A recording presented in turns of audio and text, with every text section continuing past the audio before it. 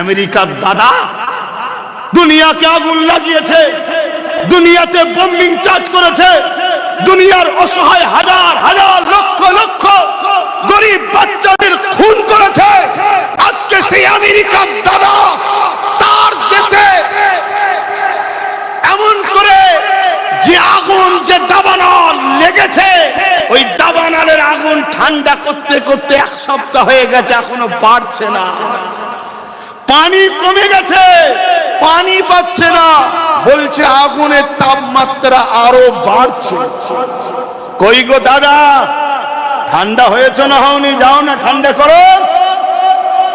অতএব যাদের সিনায়ে আল্লাহর ভরসা, নবীর প্রেম আদব থাকে, তাদের কাছে আমেরিকা হোক আর চীন হোক, আমার দেশের মোকাবেলায় যখন আসবে, আমরা তাদেরকে পায়ের তলায় রেখে গলায় পা দিয়ে লগড়াবার ক্ষমতা রাখি। রিসেন্ট দেখছি মিডিয়াগুলোতে উঠে পড়ে লেগেছে ইসলাম 1500 বছরের ধর্ম। দেখছেন না? দেখেন রিসেন্ট, মানে একটা প্রবাদ বাক্য আছে, আদা পানি খেয়ে লেগেছে না কি একটা কথা আছে না, বলছে 1500 বছরে ধর্ম হলো ইসলাম। তাহলে আমাকেও তো একটু খুঁজতে হবে নাকি? আমি যে ধর্মের অনুসারী, আমার ধর্মটা কবে থেকে আমাদের জানা দরকার আছে না? না, আমি একটা তথ্য আপনাদের দিচ্ছি, যারা চিল্লাচ্ছে তথ্য দিতে পারবে তো? বেশি ঘাঁটতে যেওনি, ঘাঁটতে ঘাঁটতে কেঁচো বেরোতে বেরোতে সাপ বেরিয়ে পড়বে। যেখানে যেভাবে আছিস থাকবে যা, করে খাচ্ছিস খেগে যা। এই পৃথিবীটা, এই গ্রহটা তৈরি করেছে সৃষ্টিকর্তা মানুষের পরীক্ষার হল, সেন্টার। পরীক্ষা সেন্টার হয় না? সৃষ্টিকর্তাই দুনিয়া নামক পৃথিবীটা তৈরি করেছে মানুষের জন্য পরীক্ষার হল। এই পৃথিবীতে প্রথম দুজন মানুষ এসেছিলেন, একজন পুরুষ আর একজন মহিলা। এই দুজন থেকে পৃথিবীতে আজকে 750 কোটির উপরে মানুষ আছে। এরকম কত কোটি মানুষ এসেছে চলে গেছে, এসেছে চলে গেছে, এসেছে চলে গেছে। এই সমস্ত মানুষের প্রথম বাবা হলো ওই প্রথম ব্যক্তি, আর প্রথম মা হলো ওই প্রথম মহিলা, যিনারা দুজন প্রথমেই পৃথিবীতে এসেছিলেন। এই বাবাটার নাম হলো আদম, আর মহিলা মাটার নাম হলো হাওয়া। ইনারা দুজন ছিলেন ইসলামের অনুসারী। জোরে বলুন সুবহানাল্লাহ, আরো চিৎকার দিয়ে বলুন সুবহানাল্লাহ। যদি বলেন কি করে? ইনারা একত্ববাদের উপাসনা করতেন। কিসের? রব একজন, প্রভু একজন, খালেক একজন, সৃষ্টিকর্তা একজন। বাপ আদম আলাইহিস সালাম উপাসনা করতেন, এক প্রভুর ইবাদত করতেন, এক রবের ইবাদত করতেন। আর আমার মুহাম্মদ রাসূল আমাদের কি শিখিয়েছে? লা ইলাহা ইল্লাল্লাহ, প্রভু একজন, মালিক একজন, তিনি হলেন আল্লাহ। জোরে বলুন সুবহানাল্লাহ। আর মা হাওয়াও তিনি এক রবের। আর একটু জানালে ভারতের মুসলমানের বুক গুণ একটু বড় হয়ে যাবে। আর একটু যদি জানাই, কি জানাই? বড় সৌভাগ্য আমরা ভারতের মুসলমান।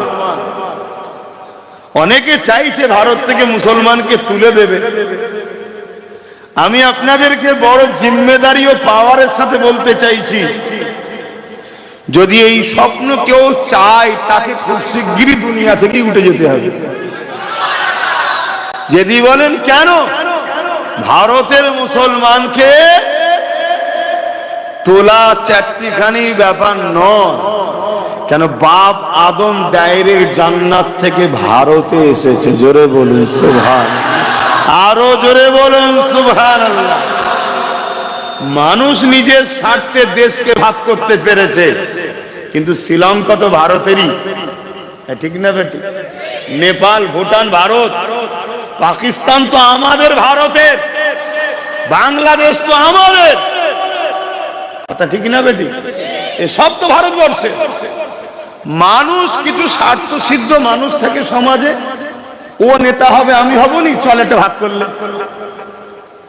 এখন যেমন আমার দেশকে আবার ভাগ করার জন্য কিছু নেতা উঠে পড়ে লেগেছে, এসব দেশ ভাগ করার প্ল্যান, অন্য কিছু নয়। যত দেখবেন পরিবারের সন্তান মিল থাকবে, ওই পরিবার একসাথে থাকবে। আর যখনই দেখবেন ভাই ভাই খেয়ে করছে, বাপের বুঝে লিয়া দরকার, এরা এক সংসারে থাকতে চাইছে না, এরা টুকরো টুকরো হতে চাইছে। কথা ঠিক বলছি তো? আজকে আমার দেশটাকেও টুকরো টুকরো করার একটা পরিকল্পনা চলছে, কিন্তু ইনশাল্লাহ আমরা হতে একটু বলুন দেব না। কারো যদি খুব পাগলা হয়ে যায় রাঁচিতে হাট পাঠিয়ে দেবো, তাও ঠিক আছে, দেশকে ভাগ হতে দেব না। যাক, আমি ফিরে আসছি আবার। তাহলে বাপ আদম আলাইহিস সালাম ডাইরেক্ট কোথায় এসেছে? হিন্দুস্তানে। আরেকটা খুশির খবর শুনবেন না? আব্বাজান আদম আলাইহিস সালামকে যখন আল্লাহ তৈরি করলেন, পায়কারে বাসারিয়াত বাপ শুয়ে আছে, তৈরি হয়ে গেছে। এ সব কিছু তৈরি করেছে আল্লাহ, কোনো কিছু বলেনি, শুধু বলেছে কুন হো যা, ফায়াকুন হয়ে গেছে। কিন্তু বাপ আদমকে যখন আল্লাহ তৈরি করেছিলেন, কুদরতি হাত লাগিয়েছিলেন। জোরে বলুন সুবহানাল্লাহ। আমাদের আব্বাকে যখন তৈরি করছে, কুদরতি হাত লাগিয়েছে। তো বাপ আদম আলাইহিস সালাম তৈরি হয়ে গেছে, পুরো বডি তৈরি, কিন্তু জানটা নাই। আমাদের এই বডির কিচ্ছু দাম নেই, মেন হচ্ছে জান, রূহ। তো বাপ আদম আলাইহিস সালামের রূহকে আল্লাহ হুকুম করলো, যাও ঢোকো। তো রূহ ভেতরে ঢুকেই আবার বেরিয়ে চলে এসেছে। আল্লাহ বললে বেরোলে কেন? রূহ বলছে আল্লাহ ভেতরটা বড় অন্ধকার, পায়কারে বাসারিয়াতে ভেতরটা অন্ধকার। আল্লাহ নূরে মুহাম্মদ রাসূল সাল্লাল্লাহু আলাইহি সাল্লামকে বাপ আদমের কপালে পেশিনাতে রেখে দিলেন। জোরে বলুন সুবহানাল্লাহ। আল্লাহ বললেন এবারে ঢোকো। রূহ ঢুকেছে, আর বেরোতে চাইনি। জোরে বলুন সুবহানাল্লাহ। তো বাপ আদম যখন জান্নাত থেকে হিন্দুস্তান ভারতবর্ষে এসেছিলেন, বাপ আদমের সাথে নূরে মুহাম্মদুর রাসূল এসেছিলেন। জোরে বলুন সুবহানাল্লাহ। আরো জোরে বলুন, দিল খুলে বলুন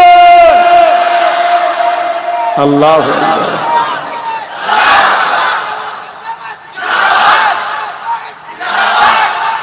আল্লাহু আকবার। এটা পৃথিবীর অন্য কোন দেশ নয়, এটা বাপ আদমের আব্বাজানের দেশ। আর মা হাওয়া এসেছিলেন কোথায়? জাজিরাতুল আরব।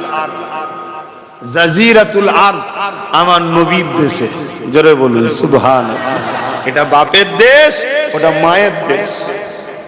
আর এমনি মায়ের উপরে সন্তানদের একটু টান বেশি হয়, তাই না বাপের থেকে? ওই জন্য ওইখানটা একটু দুর্বল বেশি আমরা। তো যাক ভাই, কিন্তু আজ এই ষড়যন্ত্র পৃথিবী জুড়ে চলছে কেন? ইসলামকে ভয় করে জালিমরা, যেমন ভয় করেছিল ফিরাউন। সেই দিন থেকে ইসলাম, বাপ আদম মা হাওয়া থেকে, এই আল্লাহর সৃষ্টি মানুষ জাতি বাপ আদমের ছেলে মেয়েগুলোকে চলার রাস্তা দেখাচ্ছে আল্লাহ ইসলাম। মুসা আলাইহিস সালামকে আল্লাহ পাঠালেন, যাও বনি ইসরাইল কওমকে ইসলামের দাওয়াত দাও, দিচ্ছিলেন। ফিরাউন ছিল জালিম অত্যাচারী রাজা, অনেক বড় কথা ভাই। সে ইসলামকে মিটাবার জন্য অনেক চেষ্টা করেছে। শত শেষে সে ভাবলো কোন দিক দিয়ে যখন পারিনি, জাদুকরদের ঘরে ডাকো, মুসাকে জাদু করে শেষ করে দেবো। 70,000 জাদুকর ডেকেছে ফেরাউন। মন দিয়ে শোনে, 70,000 জাদুকর। সমস্ত জাদুকর একটা করে রশি নিয়ে এসছে। আর হযরতে মুসা আলাইহিস সালাম, তিনার সাথে তিনার ভাই হারুন আলাইহিস সালাম রয়েছে, আর কেউ নেই। আল্লাহ আছে না? হ্যাঁ, আল্লাহ তো আছে। কি আল্লাহ আছে না? আছে। তা মুসা আলাইহিস সালাম যখন আল্লাহ পাক বললেন, মুসা যাও ফেরাউনের মোকাবেলায় যাও, তাকে যে বলো জুলুম বন্ধ করতে, কেন অত্যাচার করছে মানুষের উপরে। মুসা আলাইহিস সালাম বলছে, আল্লাহ ফেরাউনের হাতে সৈন্য আছে, মিলিটারি আছে, অস্ত্র আছে, সেনা আছে, আর আমার সাথে আমার ভাই হারুন তবে মালিক আপনি তো আমার সাথে আছেন, তাই আপনি আমায় সিনাতে তাকত দেন। জোরে বলুন সুবহানাল্লাহ। কোথায় তাকত চেয়েছে? সিনা, এটা মনে রাখবেন। হযরতে মূসা আলাইহিস সালাম চলে গেলেন, ৭০,০০০ জাদুকর একটা করে রশি নিয়ে গিয়েছিল, রশিগুলো ছাড়লো, সব একটা করে সাপ হয়ে গেল। আজও জাদু হয় না? হয় না? জাদু হলো চোখের ধোঁকা। জাদু কি? চোখের ধোঁকা।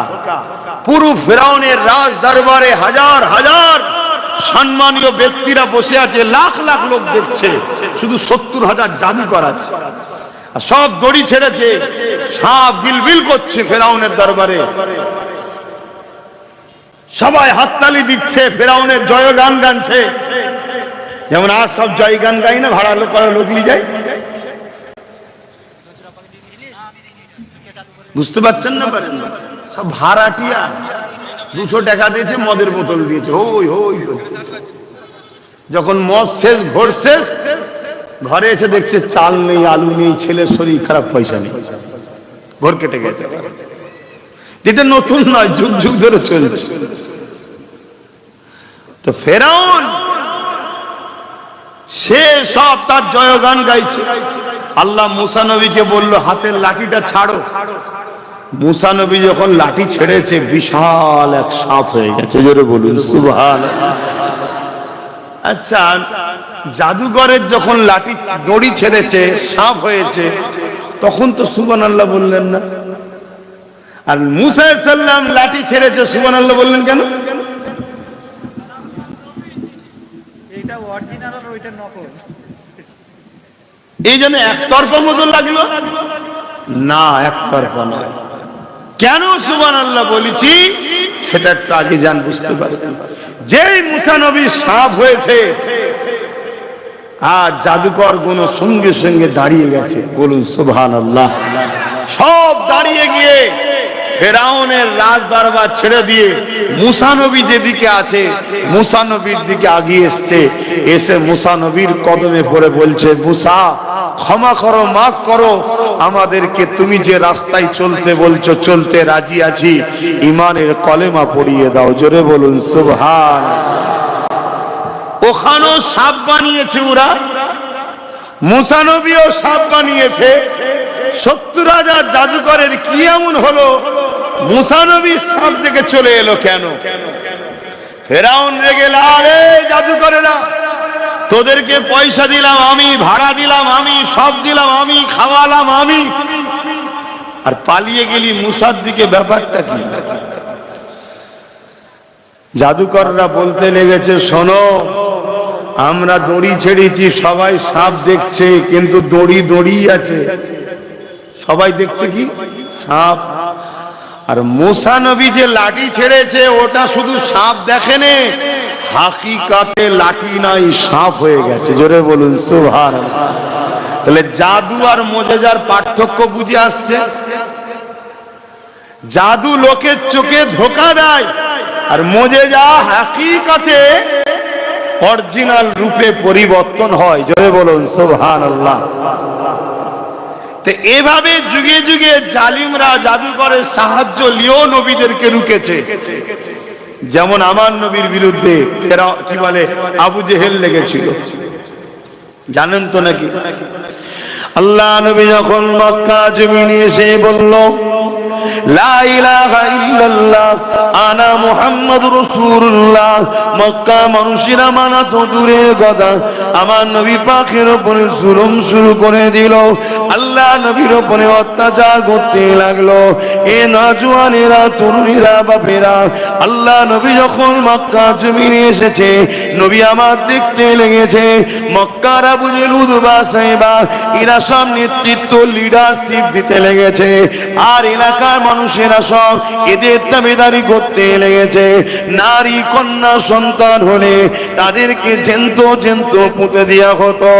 এ যুবকেরা, কন্যা সন্তান তো ইজ্জত পেত না, কন্যা সন্তান তো সম্মান পেত না।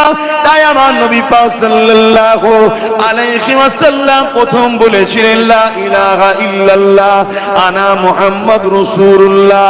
দ্বিতীয় নম্বর নবী আমার দাওয়াত দিয়েছিলেন, হে মানুষেরা, নারী হত্যা বন্ধ করো।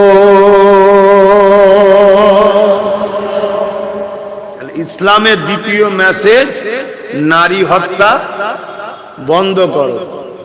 আজকে যারা ইসলামের বিরোধী করছে, খেয়াল কর, দেখো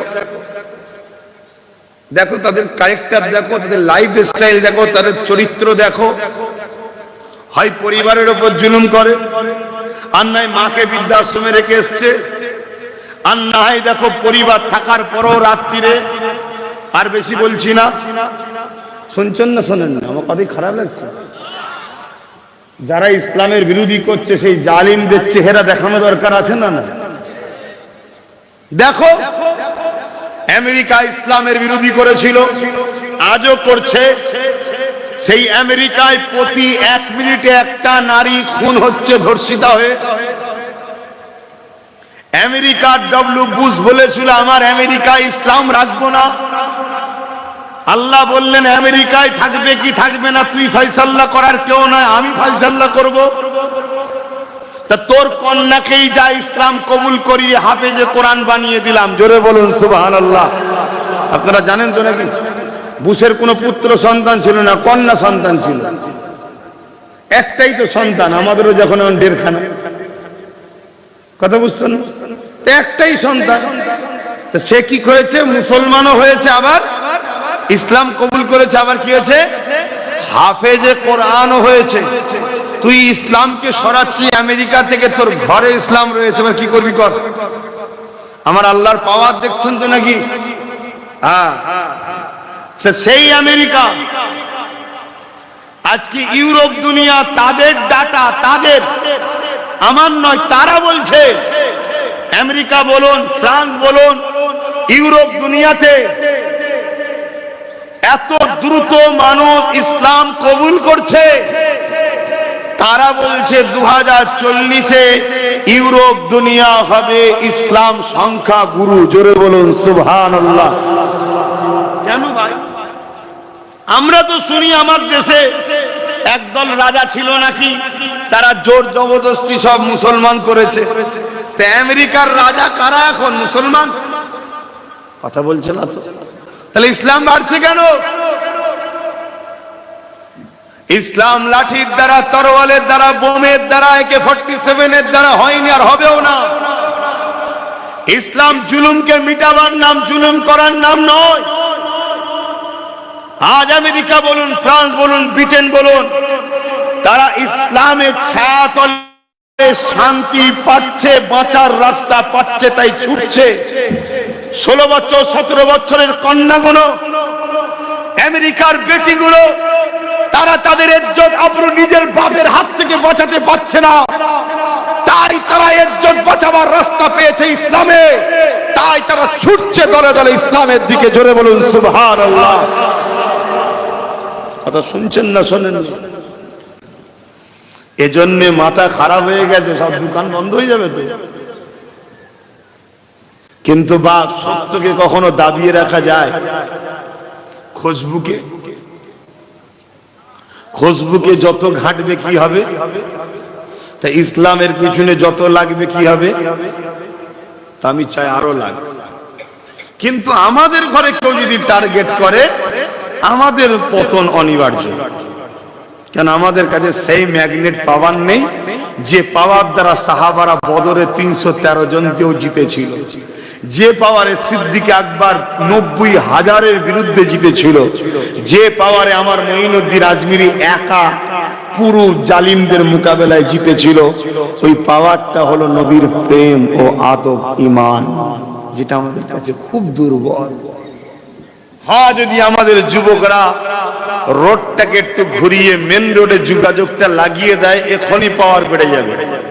আর পাওয়ার যদি বেড়ে যায়, আজকে চেঙ্গিস খান ও পতন হবে, আমরা ছিলাম, আছি, থাকবো। জোরে বলুন সুবহানাল্লাহ। বাপেরা, নওজওয়ানেরা, তরুণেরা, আমার নবীর উপরে আবু জেহেল অনেক অত্যাচার জুলুম করেছে। এ যুবকেরা, তরুণেরা, বাপেরা কেন অত্যাচার করেছিল? আবু জেহেল গরিবদেরকে লুটার পক্ষে ছিল, আমার নবী গরিবদেরকে সাহায্য করার পক্ষে ছিল।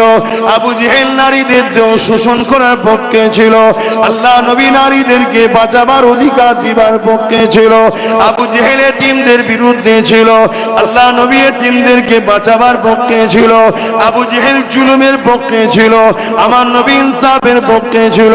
আবু জেহেল মানবতার বিরুদ্ধে ছিল, আমার নবী মানবতার পক্ষে ছিল। এ নওজওয়ানেরা, তরুণীরা, বাবেরা, এই আবু জেহেল আমার নবীর বিরুদ্ধে লেগেছে। আজও যারা ইসলামকে টার্গেট করছে, আজও যারা মাদ্রাসার বিরোধী করছে, আজও যারা কোরআনের বিরোধী করছে, আজও যারা রাসূলুল্লাহর বিরোধী করছে, এ নওজওয়ানেরা এদেরকে টার্গেট করে দেখেন, হয় এরা চরিত্রহীন, না হয় জালিম, না হয় অত্যাচারী, না হয় খুনি, না হয় দাঙ্গাবাজ। এদের কেউ একজন ভালো পাবেন না। যারা ইসলামের বিরোধী করছে তাদের মধ্যে অবশ্যই ক্যারেক্টারের সমস্যা আছে। কেননা আবু জেহেল যেমন বিরোধী করেছিল, আজও যারা ইসলামের বিরোধী করছে নিঃসন্দেহে তারা আজকে দিনের আবু জেহেল। কোন সন্দেহ আপনাদের আছে? আপনি মিলান না, গায়ের জোর দেখিয়ে তো কথা বলছি না, আপনি মিলিয়ে দেখুন আমার কথাগুলোকে, ট্রাই করুন।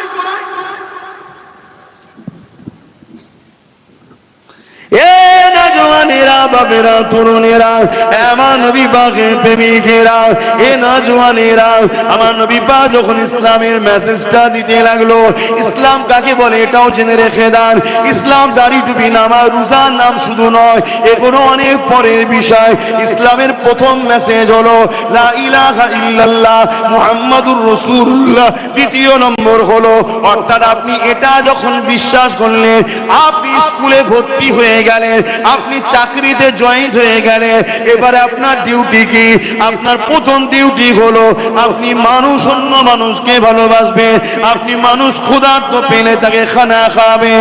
এ যুবকেরা, ইসলাম তো গরিবকে খানা খাবার না, ইসলাম তো বস্ত্রহীনকে বস্ত্র দিবার না, ইসলাম তো অন্নহীনকে অন্ন দিবার না, ইসলাম তো অসহায়কে আশ্রয় দিবার না, ইসলাম তো মানুষকে সাহায্য করার না, ইসলাম তো পিপাসিত মানুষের পিপাসা মিটাবার না, ইসলাম তো সাম্যের না, ইসলাম তো ইনসানিয়াতের না, ইসলাম তো মানব বন্ধনের না, ইসলাম তো প্রেমের না, ইসলাম তো সম্প্রীতির না, ইসলাম তো ঐক্যের না, ইসলাম তো দেশের সার্বভৌমত্বকে নিরাপদে রাখার নাম হলো ইসলাম।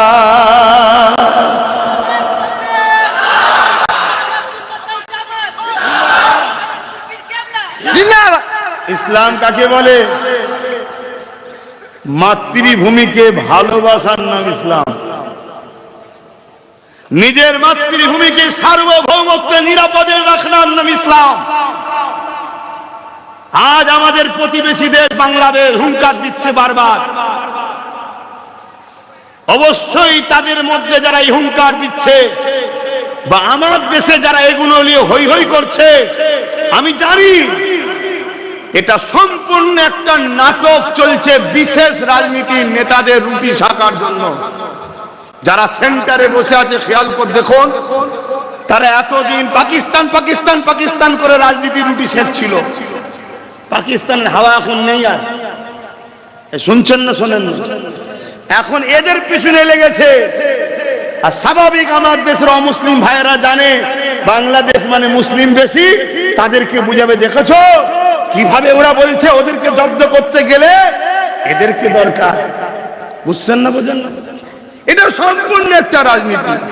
তাই এই মঞ্চ বিষয় আমি ডিসকাস করতে চাইছি না, কিন্তু আমি বুঝাতে চাইছি কেমন ধোঁকা দিচ্ছে। দেখো, এই জায়গায় দাঁড়িয়ে থেকে আমি একটাই মেসেজ দেবো, দেশের সার্বভৌমত্বকে নিরাপদে রাখা, এর নামও ইসলাম। জোরে বলুন সুবহানাল্লাহ।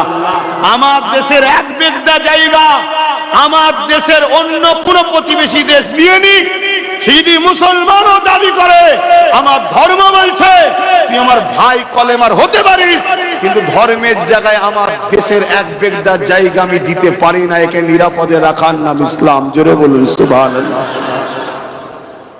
কিন্তু এদিকে চীন তিব্বত পর্যন্ত ঢুকে পড়ছে, আমাদের সাহেব ঘুমোচ্ছে, ঘুরে ঘুরে বেড়াচ্ছে। এই কথা বুঝছেন না, বোঝেন না? ওখানে তো মাথা গলাবেন, এখানে ওখানে গলালেই ঝাড়বে। কথা শুনছেন না? শোনেন। কিন্তু একজন ইমানদার হিসেবে বলে যাচ্ছি,